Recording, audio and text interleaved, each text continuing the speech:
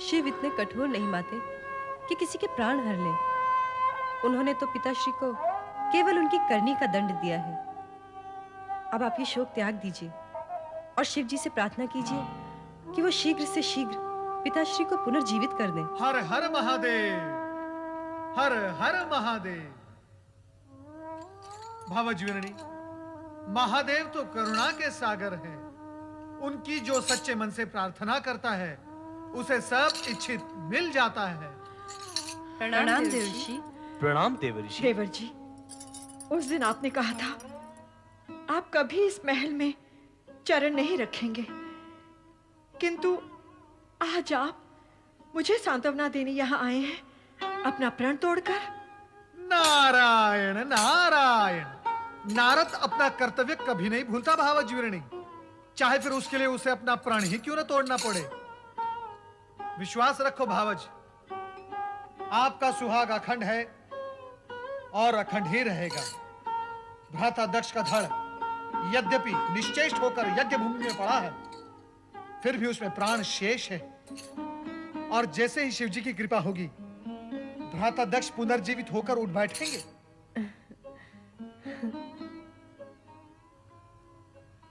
क्या बात है माते, आपको देवऋषि के कथन पर विश्वास नहीं? देवऋषि के कथन पर कैसे अविश्वास कर सकती हूँ? ये तो परम भक्त और सबके कल्याण करता है। परंतु जब अजर अमर परमात्मा सदाशिव से मैं अपने पति का जीवन दान मांगूंगी, तब यदि उन्होंने मेरी प्रिय पुत्री सती के आत्मदाह की बात छेड़ी, तो मैं क्या उत्तर दूंगी? क्या उत्तर दूंगी मैं? नारायण नारायण। भावज, सती के लिए हम सबको अत्यंत दुख है, किंतु सत्य यह है कि शिवजी की इच्छा से ही सब कुछ संभव है, अन्यथा कुछ भी संभव नहीं। यह शिव की कैसी विचित्र इच्छा है, बताइए ना देवर्षि। जो संसार के सभी प्राणियों के मन से मृत्यु का भय दूर कर सकते हैं, जो मृत्यु मुख में पहुंचे हैं उन्हें पुनर्जीवित कर सकते हैं, उन्होंने मेरी बेटी सती को क्यों नहीं बचाया? क्यों अपनी ही अर्धांगिनी को योगाग्नि में जल जाने के लिए विवश किया? मेरे इन प्रश्नों का उत्तर दीजिए देवर्षि। नारायण नारायण। आप शिव लीला से अपरिचित हैं भावज, इसलिए ऐसी बातें कर रही हैं। सती तो शक्ति का अवतार थी, मृत्यु तो उसे छू भी नहीं सकती थी। तो फिर सती ने अपने प्राणों का त्याग क्यों कर दिया? सामान्य नारी के समान अपनी देह का अंत क्यों कर दिया? रोहिणी, माता शक्ति ने सती के रूप में नारी अवतार धारण किया, नारियों का आदर्श बनने के लिए। सती ने ऐसी नारी का आदर्श प्रस्तुत किया जो अपने पति के प्रति होने वाले किसी भी अन्याय को सहन नहीं कर पाती थी। सती का नाम ही आदर्श पतिव्रता नारी के रूप में हमारी संस्कृति के इतिहास में अमर हो जाएगा। तात, मेरी सती भी शिव की कृपा से पुनर्जीवित हो सकती है? नहीं, सती ने यह आदर्श सामान्य नारी के लिए प्रस्तुत किया है, जो जन्म लेकर अपने पति के लिए प्राण त्याग करती है। अब सती अपने पहले वाले रूप में आपको नहीं प्राप्त होगी। वे अब शक्ति के रूप में अजर अमर हैं। वे न जन्म लेती हैं, न मृत्यु को प्राप्त होती हैं। वे शिव के समान शाश्वत हैं। वे शक्ति के रूप में जगत के कण कण में निवास करती हैं। माते, अब आप सती का शोक त्याग दीजिए। वो अब हमें सती रूप में नहीं, शक्ति रूप में दर्शन देंगी। क्यों देवऋषि?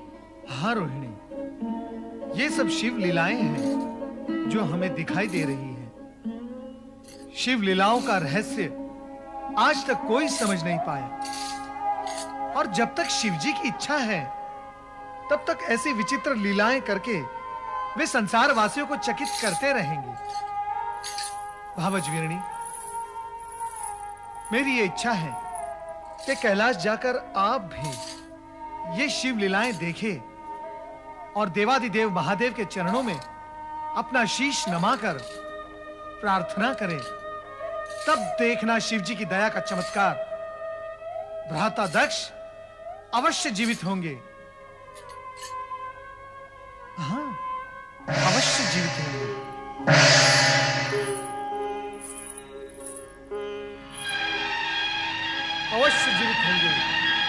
अवश्य जीवित होंगे, अवश्य जीवित होंगे, अवश्य जीवित होंगे, अवश्य जीवित होंगे।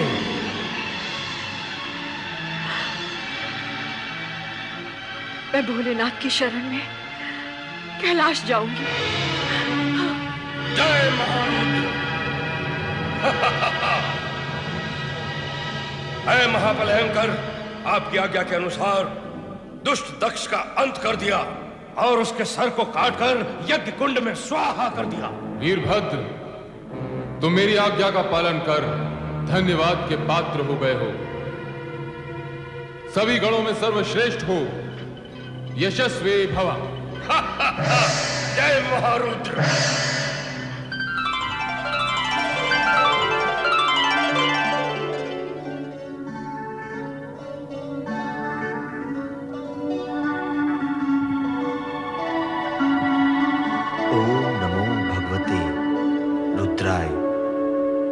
परात्पर ब्रह्म परमात्मा श्री सदाशिव को प्रणाम। करुणा सागर भक्त वत्सल भगवान शिव शंकर को वंदन। हे चराचरपति सम्राट शिव शंकर, कृपा सागर,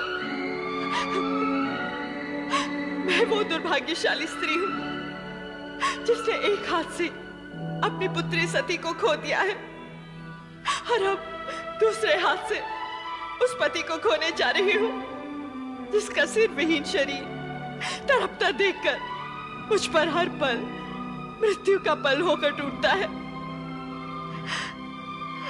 ये जानते हुए कि जो भी हुआ है उसके उत्तरदायी मेरे पति ही है, मुझे ये कहने का अधिकार नहीं कि मेरे पति को उन कष्टों से मुक्त कर दो और जीवन दान दो, किंतु इतना अवश्य कहूंगी कि उनके कष्टों का अंत कर दो,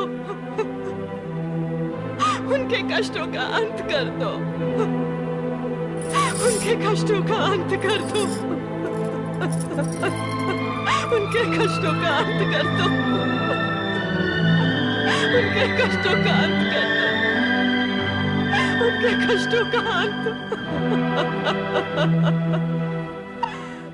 हे सदाशिव, कष्ट का अंत आप कैसे करेंगे ये तो आप ही को ज्ञात होगा, किंतु मैं आपसे ये प्रार्थना अवश्य करूंगा कि दक्ष को जीवनदान मिले और अपूर्ण यज्ञ संपूर्ण हो सके। दक्ष से मेरा कोई बैर नहीं श्री हरि। जो हुआ, जो हो रहा है और जो होगा विधाता के संकेत के बिना असंभव है। अस्तु, आप सबकी इच्छा का सम्मान करते हुए मैं दक्ष को अवश्य जीवन दान दूंगा, अवश्य। पति की मृत्यु से पीड़ित और आहत वीरनी पत्नी की मृत्यु से पीड़ित और आहत शिव की शरण में आकर अपने सुहाग की याचना करती है। लोक कल्याणकारी शिव उसे अभयदान देते हैं और वीरनी के सुहाग की रक्षा हेतु यज्ञशाला में पहुंचते हैं। स्वामी, स्वामी, स्वामी, स्वामी कहाँ तुम? स्वामी,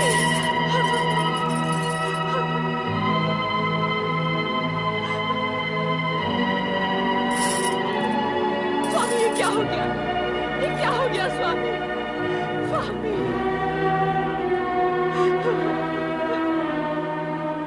प्रभु कृपा कीजिए, कृपा कीजिए भोलेनाथ, कृपा कीजिए। प्रजापति दक्ष वृथा अभिमान से उपजे अपने भयंकर अपराधों का दंड तुम्हें मिल गया है। अब अपने अपूर्ण यज्ञ को पूर्ण करने के लिए तुम्हें अजामुख बनाकर नया जन्म दिया जा रहा है। तुम्हें यह मुख देने के पीछे तात्पर्य है कि इसे देखकर संसार वासियों को तुम्हारे कर्म सदा के लिए याद रहेंगे और वे अपने आप को ऐसे कर्मों से दूर रखने का प्रयत्न करेंगे। कल्याण भवतु।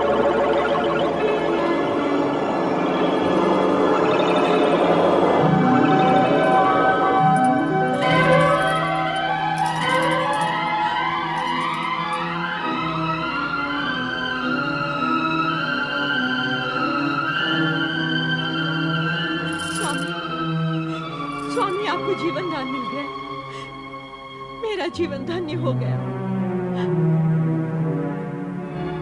हे देवाधिदेव, हे महादेव, हे भोलेनाथ, आपने मुझ जैसे नराधम को जीवन दान क्यों दे दिया?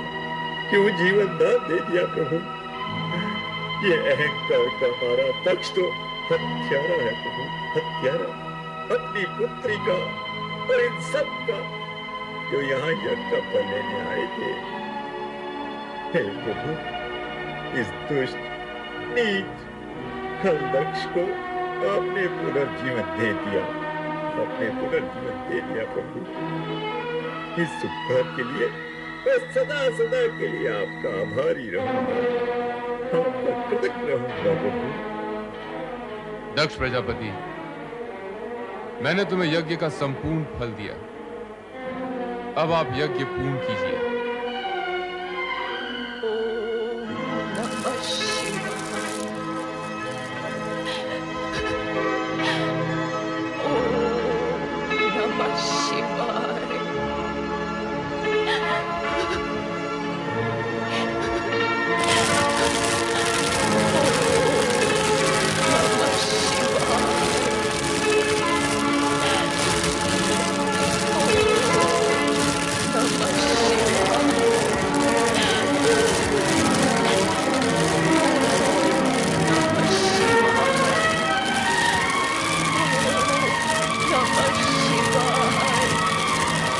सती,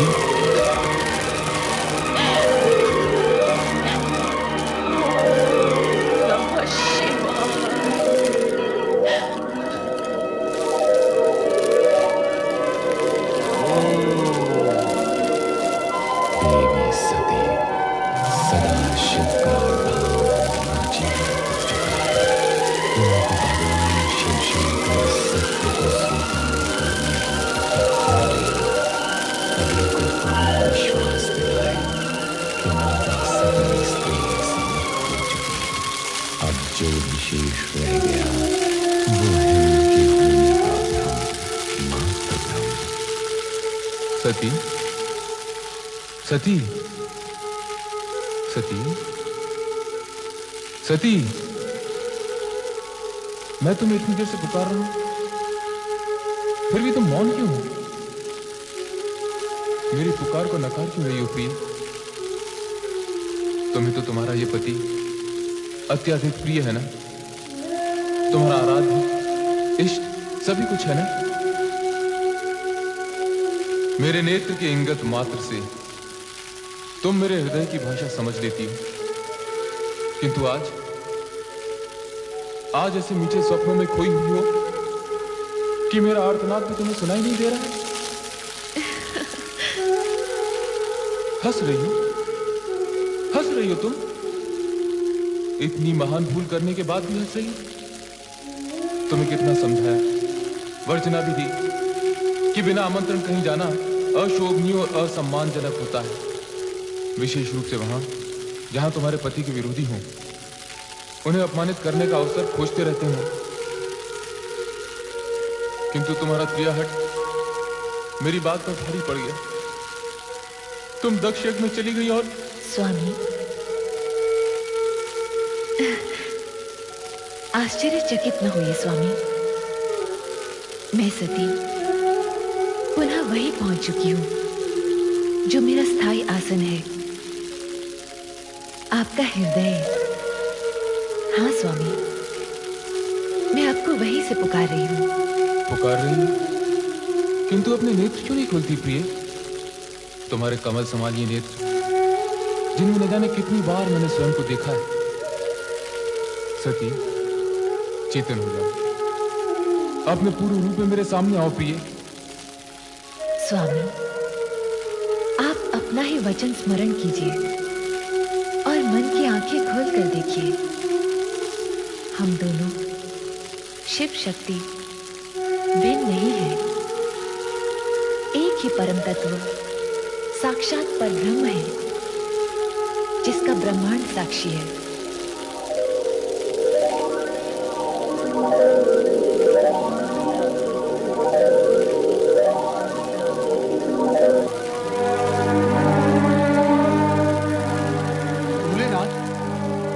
भोलेनाथ, नारद का प्रणाम स्वीकार हो। मंगल हो। प्रभु आप कहाँ जा रहे हैं? देवी सती हमसे रुष्ट हो गई है। भोलेनाथ, आप ये कैसी बातें कर रहे हैं? क्यों? क्या सदा पत्नी को ही पति का साथ देना चाहिए, पति को नहीं? हम अपनी रुष्ट प्रिया का साथ कभी नहीं छोड़ेंगे।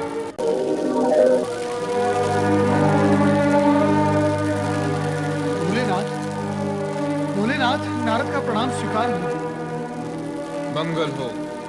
प्रभु आप कहाँ जा रहे हैं? देवी सती हमसे रुष्ट हो गई है। भोलेनाथ, आप ये कैसी बातें कर रहे हैं? क्यों? क्या सदा पत्नी को ही पति का साथ देना चाहिए, पति को नहीं? हम अपनी रुष्ट प्रिया का साथ कभी नहीं छोड़ेंगे। भोलेनाथ, क्या इतने पर भी आपको वास्तविकता समझ में नहीं आई? तुम हमारा समय नष्ट कर रहे हो नारद। तुम्हारी बातें सुनकर सती और अधिक रुष्ट हो जाएगी। रुष्ट? हे त्रिकालदर्शी, बिना प्राण की देह कहीं रुष्ट होती है भला? नारद! भोलेनाथ,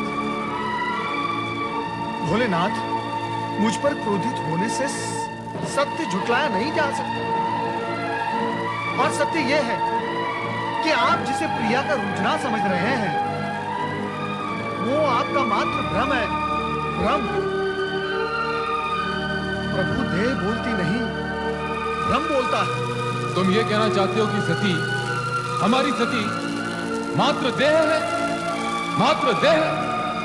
खेद की बात यही है प्रभु कि आप जिसे देवी सती समझ रहे हैं, वो मात्र निर्जीव देह है।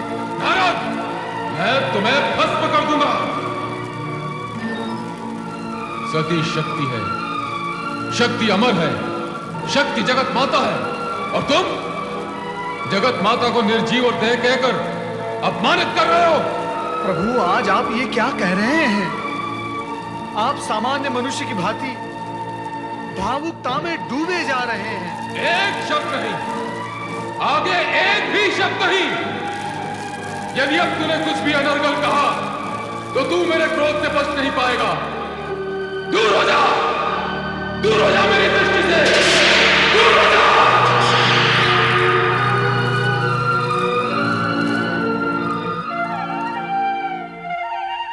माता सरस्वती नमः। ब्रह्मदेवाय नमः। ब्रह्मदेवाय नमो नमः।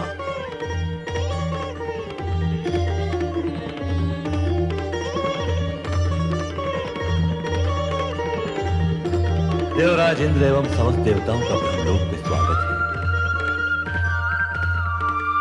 कहिए, कैसे आना हुआ? परमपिता, देवी सती के आत्मदाह के पश्चात श्री शिव शंकर उनका शव लेकर विक्षिप्त से यहाँ वहां विचरण कर रहे हैं। उनका क्रोध में रूप देखकर ऐसा लगता है कि कहीं उनका ये भाव इस सृष्टि का संहारक न बन जाए।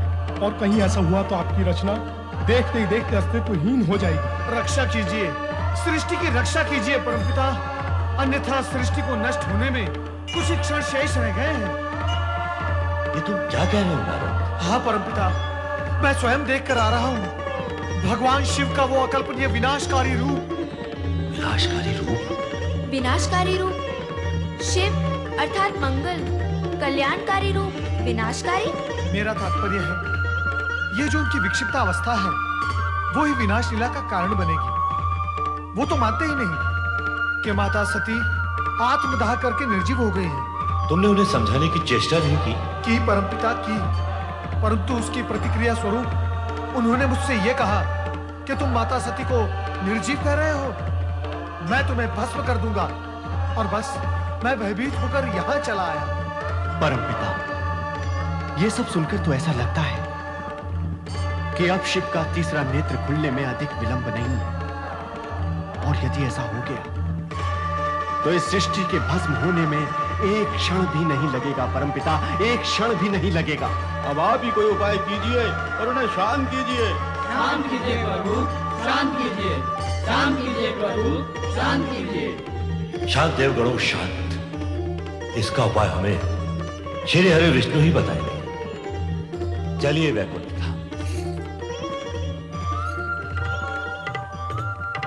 ये नहीं हो सकता महाप्रभु कि आप भगवान शिव शंकर को इस मोह से मुक्त न कर सके, किंतु आप तो।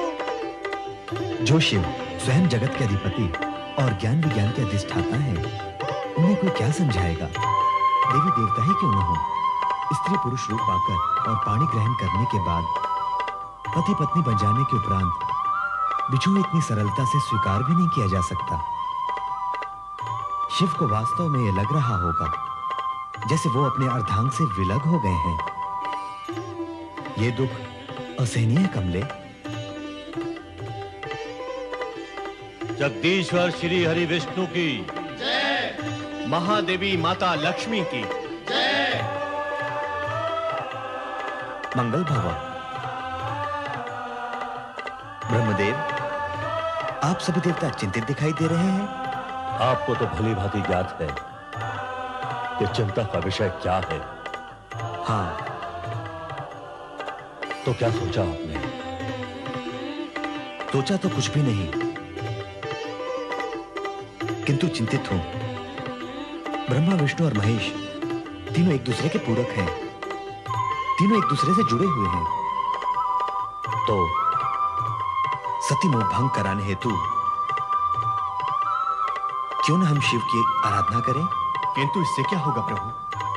शिव की विरह जनित उन्माद अग्नि को क्या आराधना का जल शांत कर पाएगा? आप ही कोई उपाय बताइए ब्रह्मा जी।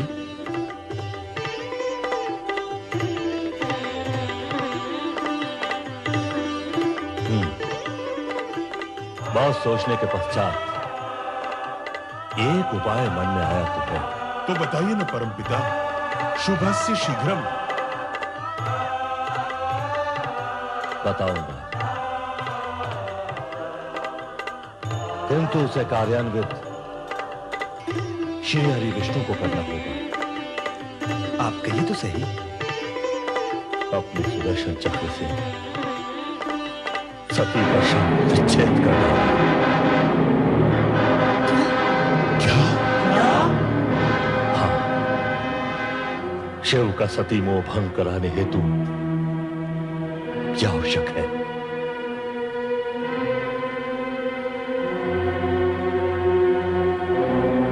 ब्रह्मदेव, मैं आपकी आज्ञा का पालन करने को तत्पर हूं, परंतु कुछ समय के पश्चात। जैसी आपकी इच्छा,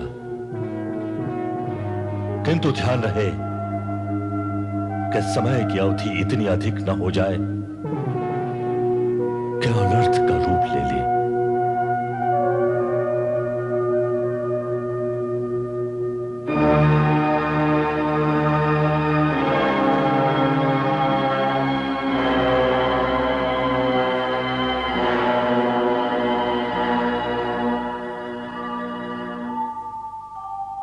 ओम नमः शिवाय। ओम नमः शिवाय। ओम नमः शिवाय। ओम नमः शिवाय। ओम नमः शिवाय।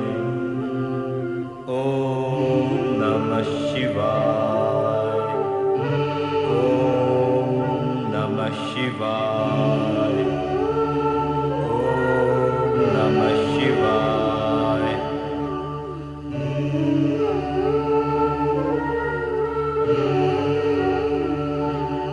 हे सर्वशक्तिमान महेश्वर सदाशिव जी, संपूर्ण संसार आपकी लीला से स्तब्ध और चकित है।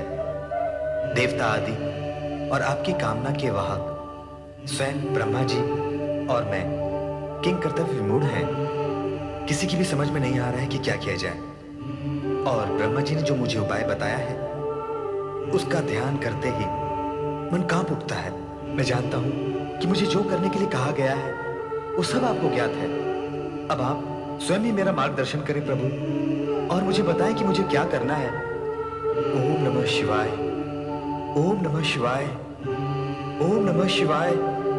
ओम नमः शिवाय।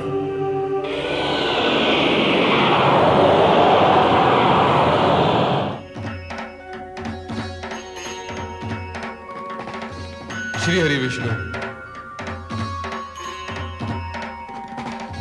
सभी शिव लीलाओं का कोई न कोई उद्देश्य है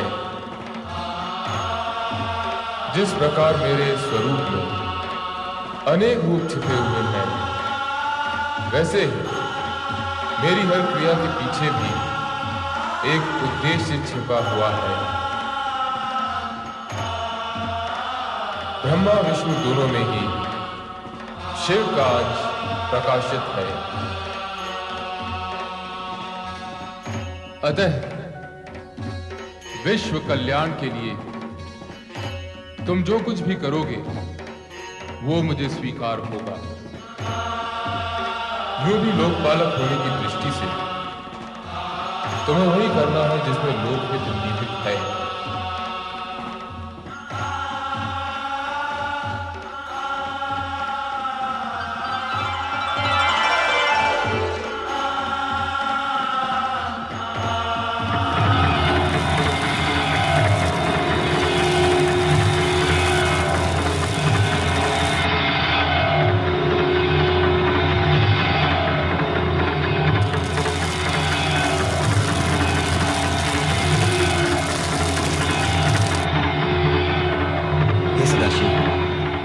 आपसे अनुमति तो ले ही ली है, परंतु एक निवेदन भी करता हूं कि इस सुदर्शन चक्र से देवी सती का शव विच्छेद मात्र सृष्टि समृष्टि की रक्षा करने हेतु ही कर रहा हूं, और समृष्टि की रक्षा दूसरे शब्दों में आपकी लीला को नया मोड़ देने का बहाना भी बनेगी। मुझे अनुमति दे प्रभु।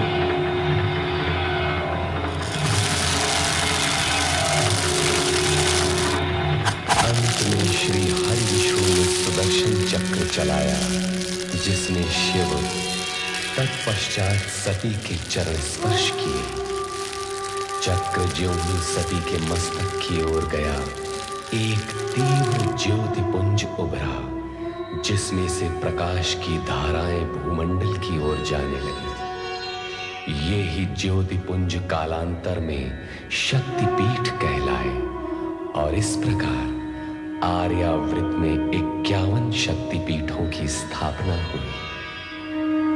माता शक्ति, जो भगवान शिव की पूरक है, ज्योति रूप में इन शक्तिपीठों में विद्यमान है। शिवजी ही सभी देवी देवताओं के आराध्य हैं। उनका ही नाम सदा स्मरण करने वाले ब्रह्मा आज ब्रह्मलोक में ओम नमः शिवाय पंचाक्षरी मंत्र के साथ साथ माता शक्ति का जप भी बार बार कर रहे हैं। ओम नमः शिवाय, ओम ऐं ह्रीं क्लीं चामुण्डायै विद्महे, ओम नमः शिवाय, ओम ऐं ह्रीं क्लीं चामुण्डायै विद्महे। प्रणाम परमपिता ब्रह्मा। परम पिता को देवराजेंद्र और समस्त देवताओं का प्रणाम स्वीकार। पधारिए देवराज, देवर्षि और देवतागणों। नारायण नारायण, हम आश्चर्यचकित हो रहे हैं परमपिता।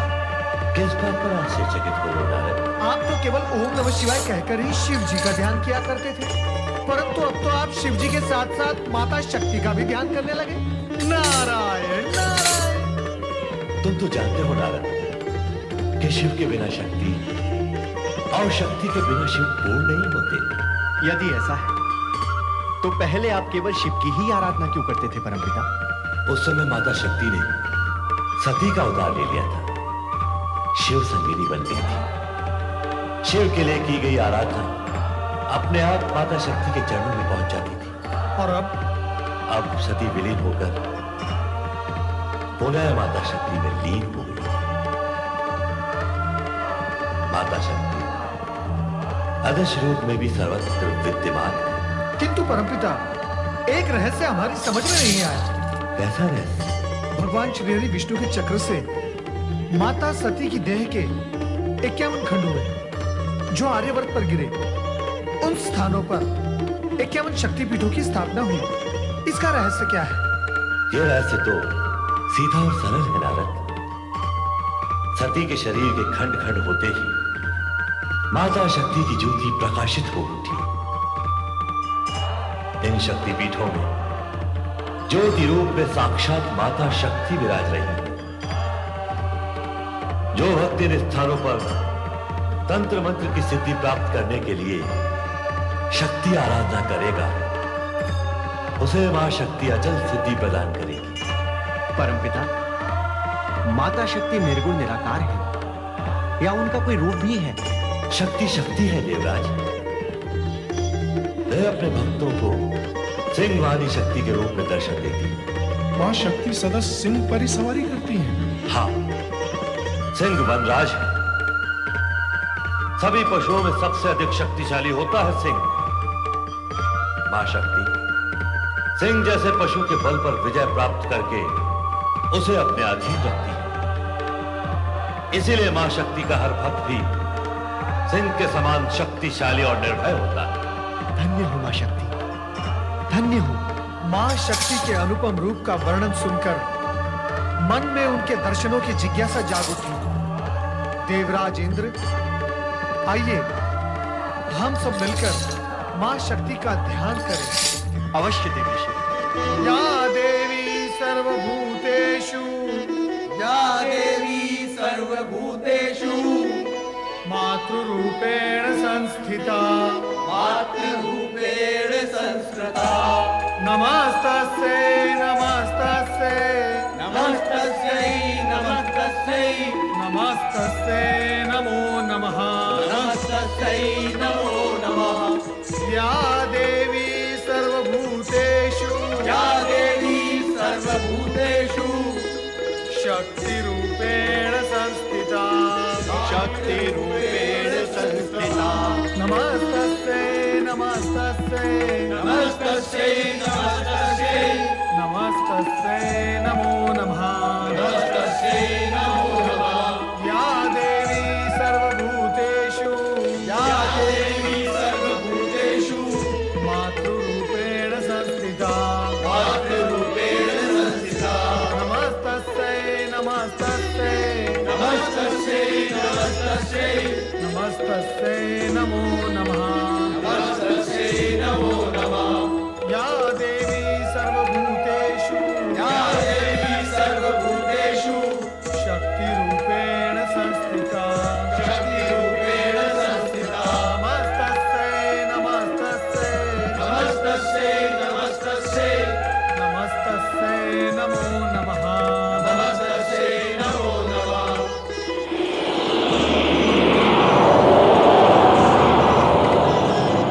हे जगज्जननी, हे महाशक्ति, हम सब आपके दर्शन के लिए अत्यंत अधीर हैं।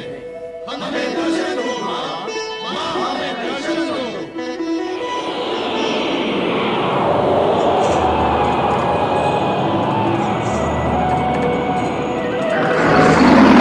ऐंकारी सृष्टिरूपायै, ऐंकारी सृष्टिरूपायै, ह्रींकारी प्रतिपालिके, ह्रींकारी प्रतिपालिके, क्लींकारी कालरूपेणे, क्लींकारी कालरूपे, बीजरूपे नमोस्तुते, बीजरूपे नमोस्तुते।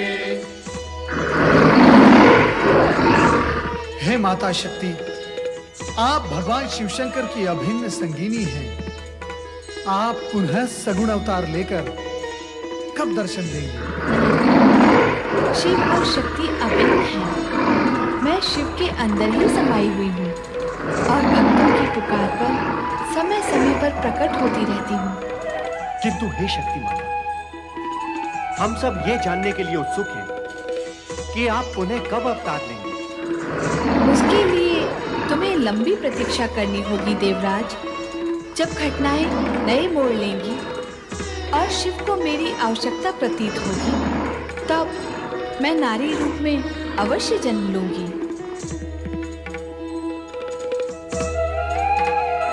तुम्हारा कल्याण हो।